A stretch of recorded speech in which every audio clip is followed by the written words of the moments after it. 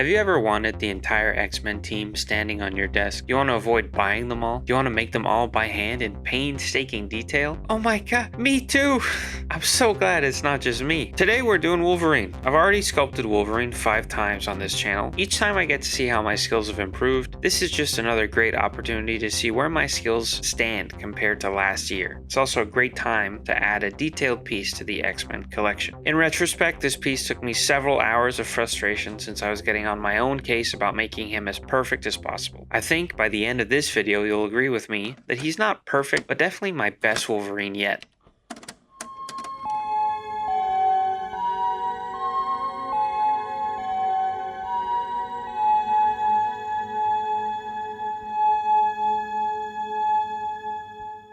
The budget is actually pretty tight lately. I am salvaging some bits of metal from an old project that I'm never going to finish, just so that I can make this armature. For every character, I make an effort to line them up to the same scale. That way there aren't any jarring discrepancies down the line. For Wolverine, this is scratching a pretty specific itch in my brain for a comic accurate height. No, I don't want 5'5" and I don't want like 5'9". I want a 5'3" Joe Pesci. In my scale, 5'3" is actually about 8.5 inches tall, which means he'll line up pretty nicely next to Cyclops and Jean. I had to make myself a base out of several other smaller bases just to fit this pose onto something cohesive. I then slapped on some Abe's epoxy and I inadvertently ruined the scale by lengthening his shins just to suit the pose. That means that later I had to cover up the feet and then make some new ones just above the old ones.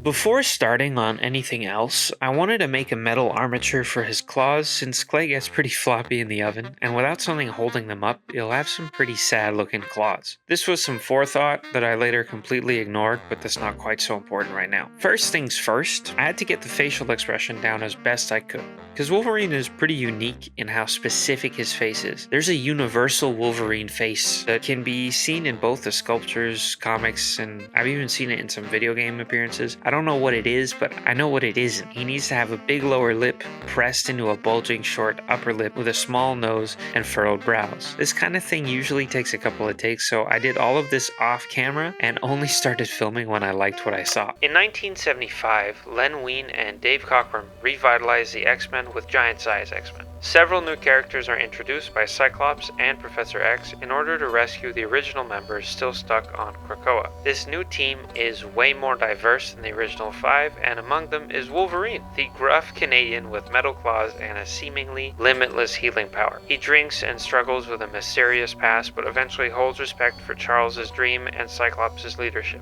Later on, Wolverine integrates into the found family that this new generation, as well as the previous and following ones, becomes. Wolverine's actual first appearance was as a throwaway villain in the Incredible Hulk number 180 in 1974. He's introduced as an agent for the Canadian government, and in the following stories and appearances his past is fully fleshed out. He's actually lived an incredibly long life up to this point, thanks to his healing power. That power, however, has caused intense grief and suffering in his life, not least of which is the Weapon X program, an experiment he was forced into that replaced all of his bones with adamantium. Then I had to make the base for those big ear flap thingies that look cool, but damn, they're impossible to get right in clay. I might get it right on like attempt 8 or 9. For me, the big seller for all these sculptures is of course getting to make big bulging muscles over and over. It's no different with Wolverine, but with him there are some restrictions. With Cyclops, I could go as long and lean as I wanted since his frame is big and more so supposed to communicate a proud and poised presence. Wolverine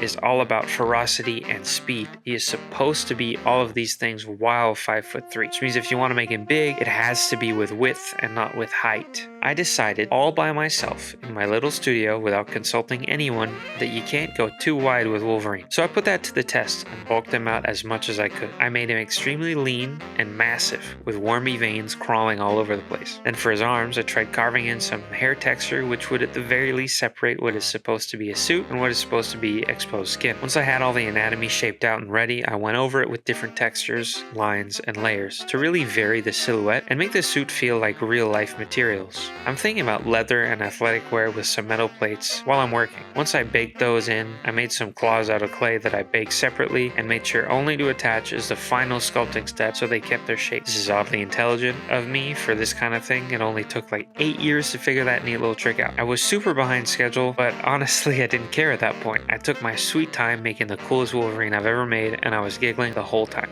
Instead of giving you a global overview as I've done with the other characters so far, let's do a little case study instead. In the Uncanny X-Men 172, Wolverine invites the X-Men to Tokyo for his wedding to Mariko, the newly appointed head of an old clan that was involved in some pretty shady stuff before she inherited. We get to see Wolverine's warm welcome of his friends and a begrudging acceptance of Rogue as an X-Man, who used to be an enemy of the team. We also get a glimpse at how different he is to some of the members on the team. When Wolverine says he stopped someone, Kitty Pryde assumes he means that he put them in prison. But every so often she gets reminded hard that we come from two different worlds and that mine isn't very nice.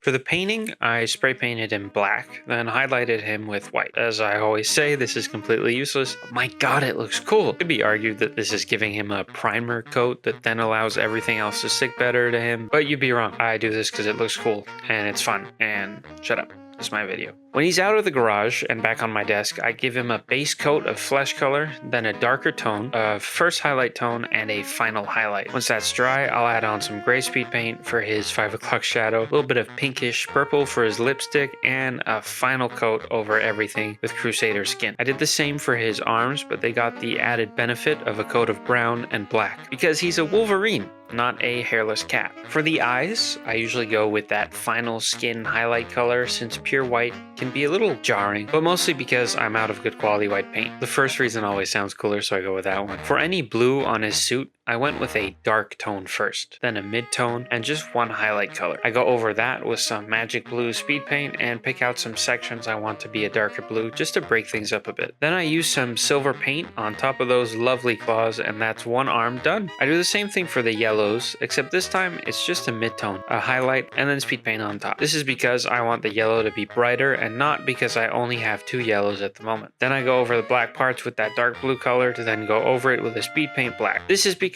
I prefer the finish of a subtly blue-black and not at all because I don't have an acrylic black paint. The rest of the painting process is really just rinse and repeat. However, I did end up adding little details of brown here and there. His shoulder pads were the same blue as everywhere else, except I dry brushed a silver on top to make it look like scratched up metal. I was working on him over the Christmas season, so mid-video I got gifted some paint by my wonderful fiance, so now your boy has a red color. I went over his belt just in time with a brownish red, then a highlight, and then some black, and then some silver on that classic belt buckle. I also got some black paint in that kit I got this Christmas, so I added some detail to his boots. The final stage was to texture the base with bits of foam that I glued on and textured with paste and little rocks that were covered in brown paint and then some pastel brown. Wolverine is probably the most popular X-Man. His character is synonymous with the tragedy one can expect from these stories, but his underlying humanity and care for people, despite what his long life has turned him into, is what makes this an extremely personable superhero. His problems aren't quite as relatable as Spider-Man, for example, but his rough around the edges approach to goodness is. He is quite animalistic, sometimes more so than he is human, and that balance plays a big part in the stories, but it isn't all he is. We can't simply classify him as an animal.